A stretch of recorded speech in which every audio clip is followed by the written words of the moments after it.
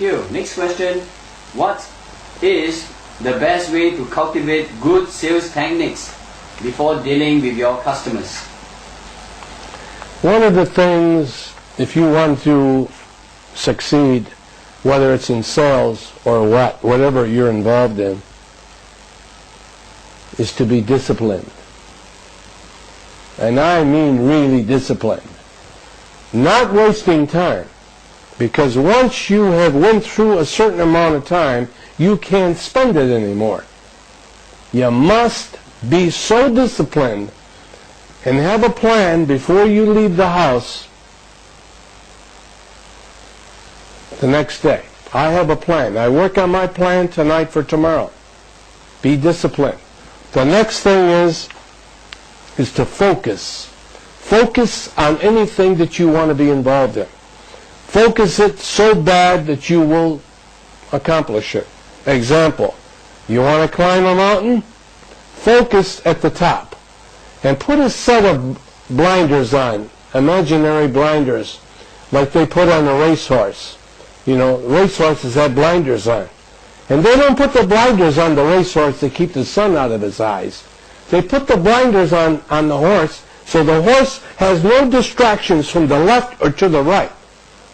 You look straight ahead and you will win if you listen to me. No distractions. Focus. And if you can focus yourself, you just won't believe it. Thank you. As a speaker now, you have probably inspired many people. Tell me, what is the best way to motivate or inspire others? To stay away from negative people. You know, the old saying is, if you hang around a garbage can long enough, you will stink. They will pull you down to their level. And even if it's family, I have one person in my family that she is so negative, I stay away from her. I hang around with positive people who can feed Joe Girard, and this is what you should do. Positive thoughts throughout the day. Not reading the paper too much and reading about all the garbage, the killings and the wars and all that is not going to help you. Okay? Positive thoughts make you healthy and happy and successful too. Tell me, how have your friends and your family played a part in your success?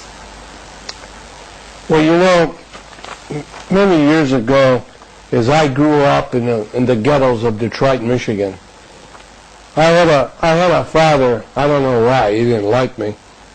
He used to beat me and hit me and tell me that I was no good and that I was a no good bum. And hadn't I had a beautiful mother at the time who would sell me and tell me, don't listen to him. Show him that you can be good. One day she took me to a window and she says, you know, Joey, out there's something for everybody. Go out and find it and show him that he's wrong. We understand that you come from a very poor environment. What is the one factor that made you want to succeed and break the poverty surroundings? Is to prove to my father that he was wrong. To show him that I'm going to be the best of anything. I was a builder of homes. I used to build homes. I built homes for 13 years and doing quite well. And not once did my father ever say, I'm proud of you. He never said it to me. In 1963, at age 35, I lost a $3 million building business. And when I did, he says, I told you you're nothing but a bum. I lost my home. I lost everything. I got a job selling cars just to bring home a bag of groceries for my wife and 2 kids. And because I start putting good thoughts into my head, 3 years later, at age 38, in 1966, they named me the #1 salesman in the world because I believed From anything negative, there's something positive. My father was negative, and I turned it around. And I says, I'm going to show him. You see? If somebody says you can't do it, they're handing you a challenge. They're telling you, I have faith in you. When somebody says you can't do it, turn it around and say, I'm going to show them that they have faith in me, and I'm going to do it. Like I said, anything negative, there's something positive. Tell us what are the Joe Girard's 4 rules? When you sleep and somebody rings the telephone, say 3 o'clock in the morning, what do you tell them? This is a heck of a time to call me. I'm sleeping. Call me tomorrow. You don't want to be bothered, do you? All right. How about when you're eating and somebody calls you on the phone and your wife answers the phone? What do you say? Tell them I'll call them later. You don't want to be bothered, do you? How about when you're vacation and you're playing and you want to have fun and somebody wants you to do some work other than your vacation? What do you tell them? Don't bother me while I'm on vacation. Well, now we get down to work. Did you know that people are constantly forgetting that the first 3 things, they don't want to be bothered, and this is what you should tell anybody else who might say to you, hey, let's go play a round of golf, when you should be working. Now, I have a rule. When I'm working, where I work, there was 42 salesmen on the showroom floor. The rule is this.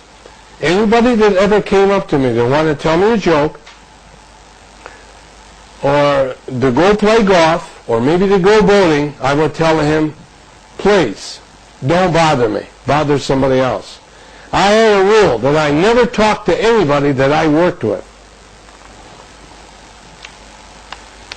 I think we have time for one last question, and this is a very interesting question. What is the one thing, or what are the things that you are most proud of? One of the things that I'm very proud of is the Guinness Book of World Records. I'm the only salesman that's ever been in the Guinness Book of World Records, and I'm very proud of it for one reason. I didn't have to eat 10,000 bananas to get in here. I got in here because I worked. But I put a word in back of work to make it work, and it's called smart work. So there you got it. You can be what you want to be if you want it. If you want it bad enough. And you know something? I'm rooting for you because I love you. Thank you very much. Thank you.